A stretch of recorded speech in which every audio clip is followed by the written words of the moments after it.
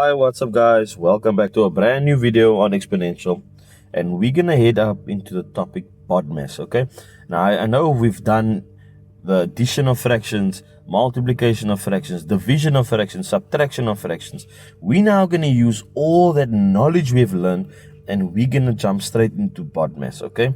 We're gonna put it all together and we're gonna get something very substantial with placing all of these things together, okay?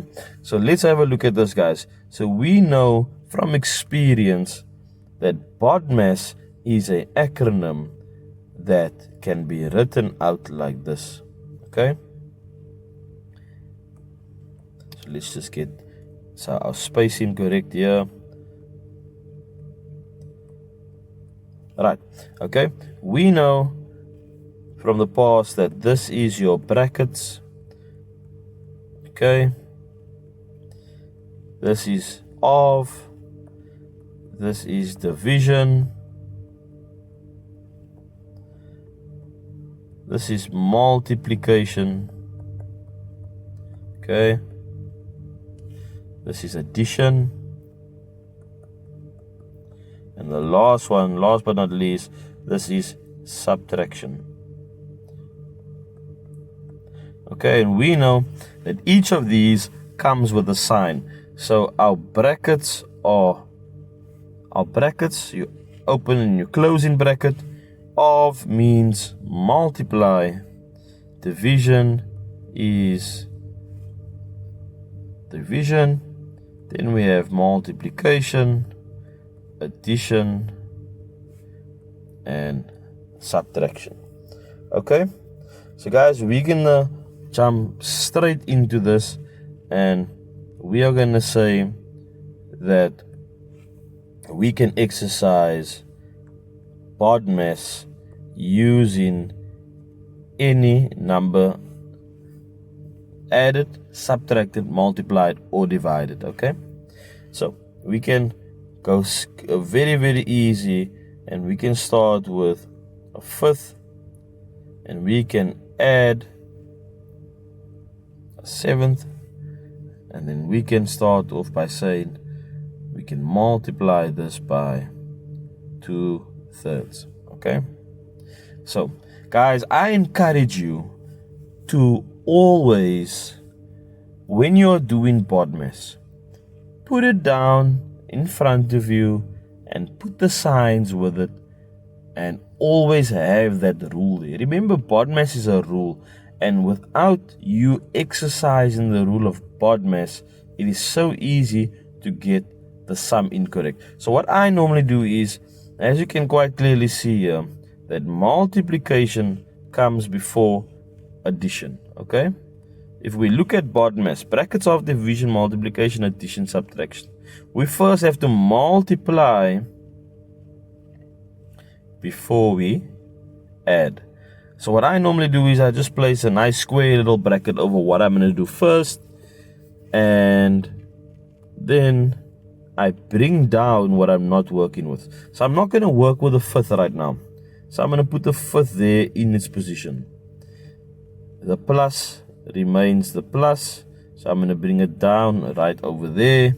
And now I'm going to do addition of multiplication of fractions. So I know 1 times 2 is going to give me 2, and 7 times 3 is going to give me 21.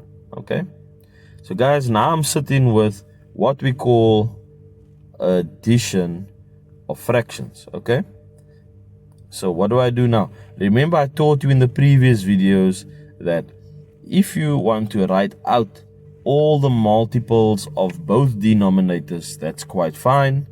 But the easier thing to do here is you multiply the denominators by one another. Okay, that would be the easiest thing for us to do. We can just quite simply say that, let me put this in another color, 21 times 5 and 5 times 21.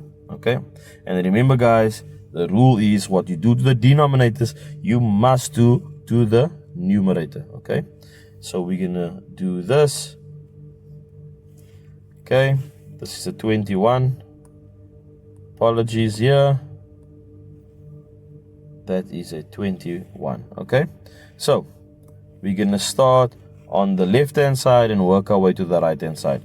So we're gonna say 21 times 1, and that's gonna give me 21. Okay, now I'm gonna say 21 times 5, and that's gonna give me 105. Okay, remember we are doing addition now, so we need to put our addition sign over there. 2 times 5 is gonna give you 10, and 21 times 5 is gonna give you 105. Okay guys, so as we can quite clearly see now, we got our denominators the same.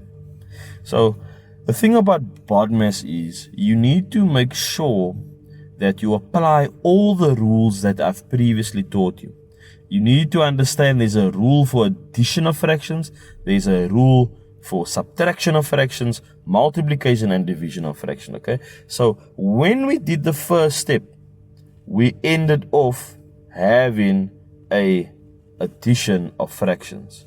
Okay, and because we have addition of fractions, the rule is get the denominators the same, make them identical. Okay, so now that we have them the same, we can say we have a common denominator there of 105, and we can add our numerator 21 plus 10, and that's going to give me 31 over 105. Okay guys, so now the next question would be, can I make this smaller? Okay, is there a highest common factor? So 31, we know that there are no multiples of 31. Okay, so unfortunately you cannot simplify this any further, and that's good news because there's no more work to do. We can leave it as is. Okay, so we're gonna do another one and we're gonna jump straight into it. Okay, so like I said guys, there's no harm in writing the word Bodmas on the top of your page, on the top of your paper. If you're working with a tablet, write it on the top of your screen so that you remember that there is a bracket of division, multiplication, addition and subtraction. Okay, so let's go guys, let's jump into the next one. And what we're gonna do is here we're gonna throw in something nice, and let's do a bracket. Okay, right, let's maybe change things up a bit just to make it a bit more interesting. Let's use a sign we haven't used yet, and let's do a subtraction. Okay, alright, so guys, like I've said before, we're gonna look at the rule. And what does the rule say? Okay, the rule says we do brackets first. Okay, so that means we're gonna have to look at this whole thing first. Okay, so let's have a look at that first. So what I normally do is, because I'm not working with the 2/3 and the whole, which is 5 over 5, I'm gonna put it down again, and I'm gonna say 2 over 3 because I'm not working with it, plus 5 over 5. It's like I say, I'm not working with it. And remember, I had a subtraction sign there. Okay, and so I'm going to put it down right there. Okay, so I'm going to work with my brackets now, and we can quite clearly see we have addition of fractions. Okay, we have addition of fractions in our brackets. Right, so what do is we can say that 3 and 4, what is its lowest common multiple?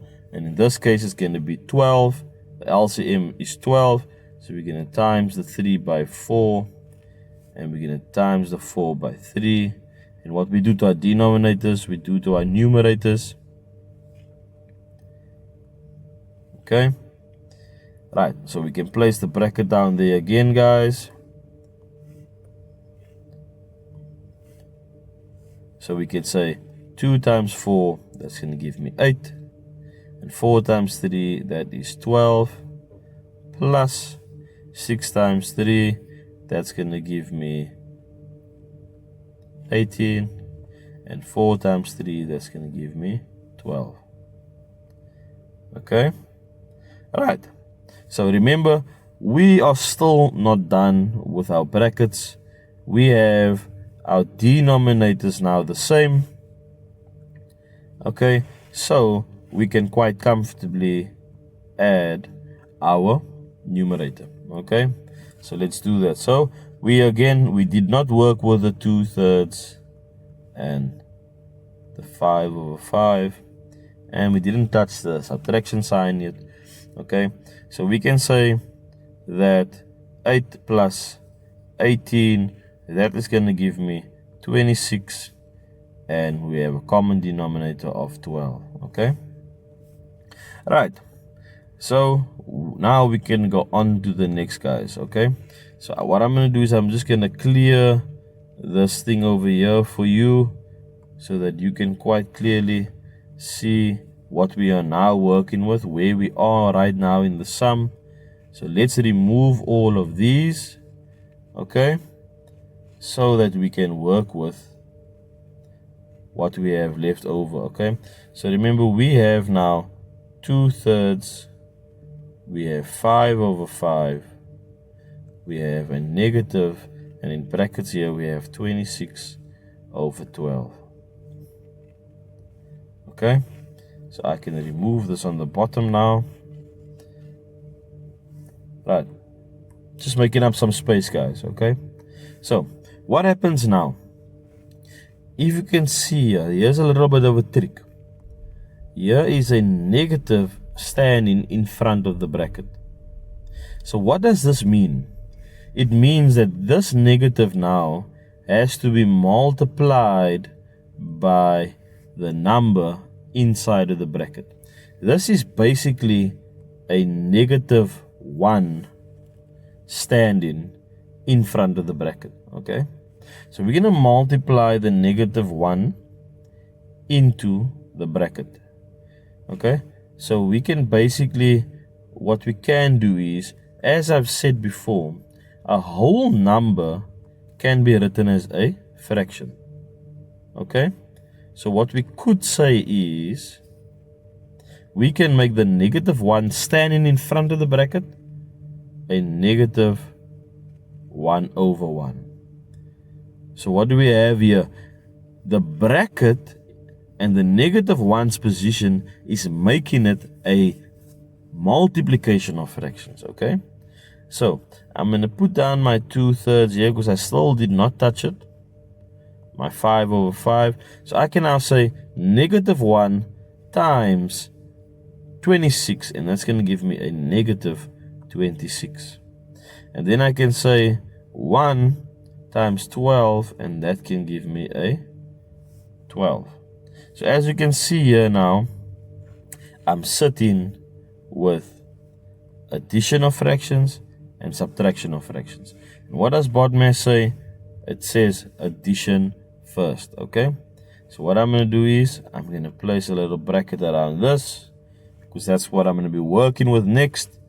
So what I can do is I can bring that -26/12 down here, and I can work with my addition of fractions on the right hand side. And we know we can say the lowest common multiple here is 15, so we can say times 3 times 3 times 5 times 5. Okay, guys, so that's gonna leave me here with, remember, we are doing addition of fractions, so the denominators need to be the same. Please, guys, it is very difficult to keep up with these rules, but you have to remember that we're now doing addition of fractions, and we need to make the denominators the same first. We can't just add the numerators. Okay, so we are gonna say here that 2 times 5 is going to give me 10, and 5 times 3 is 15, plus, because there's the plus sign, I brought it down, 5 times 3 is 15/15. 5 times 3 again. Okay, guys, and again, we still have the same thing here, addition and subtraction. We're going to do addition first as per the law of Bodmas. Okay, so I'm going to say equals over here. I'm going to put that negative sign down because I still didn't work with my fraction on the right hand side, which is 26 over 12. Now I can add these two and I can keep my common denominator of 15. So I can say 10 plus 15 is going to give me 25. Okay. So guys, we are at this step right here. We are now busy with this. So what I'm going to do for you is I'm going to remove this so that we can move to the top now and work with the stage at which we are now. Okay. Though all this working out is done, we are now going to do what we have left, which is 25 over 15 and 26 over 12. Okay guys, remember the rule is very strict. Bodmas needs to be followed step by step. It doesn't matter how much steps you end up with. You need to understand that in mathematics, we need to go by the rule. We need to go step by step.